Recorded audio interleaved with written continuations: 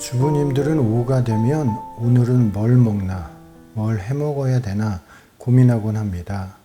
좋은 음식도 한두 번이고 맛있는 음식점도 여러 번 가면 질려서 더 이상 안 가게 됩니다. 그런데 이스라엘 백성은 만나와 메추라기를 약 40년 동안 먹었다고 합니다. 요리도 못했고 저장도 못했습니다. 그들의 주식은 오직 만나와 메추라기였습니다. 저보고 만나와 메추라기를 일주일만 먹으라고 해도 질려서 못 먹을 것입니다. 그러다 나름 개발을 하고 지지고 볶고 삶고 튀겨서 같은 재료지만 다른 요리를 해 먹었을 것입니다. 그렇게 다양한 요리를 해도 40년 동안은 질려서 못 먹었을 것입니다.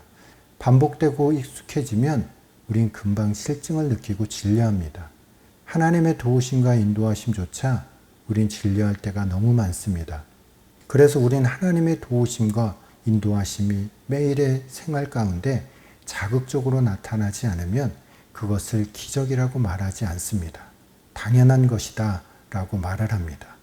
결국 우린 우리의 상식 밖의 사건에 대한 해결만 기적이라고 말하고 있습니다.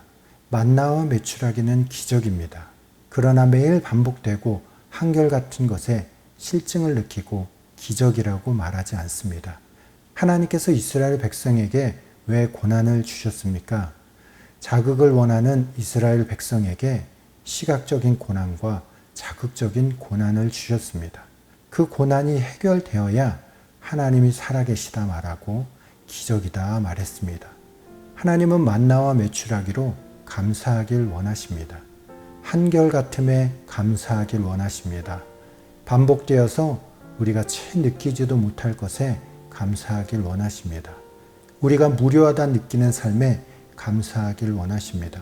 40년 동안 만나와 메추라기를 먹었지만 그들에게 가장 어려운 일이 무엇이었겠습니까? 40년 동안 한결같이 내려주신 만나와 메추라기에 감사하는 것이었을 것입니다. 우리 매일의 삶에 감사해야 됩니다. 공기가 있어 숨쉬고 살아감에 감사해야 됩니다.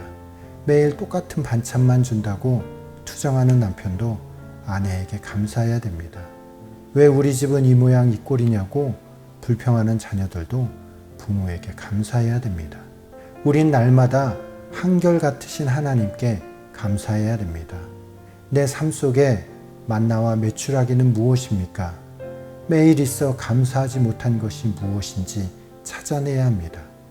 신앙생활의 가장 큰 적은 반복을 통한 무뎌짐입니다. 반대로 하나님의 가장 큰 은혜는 한결같으심입니다.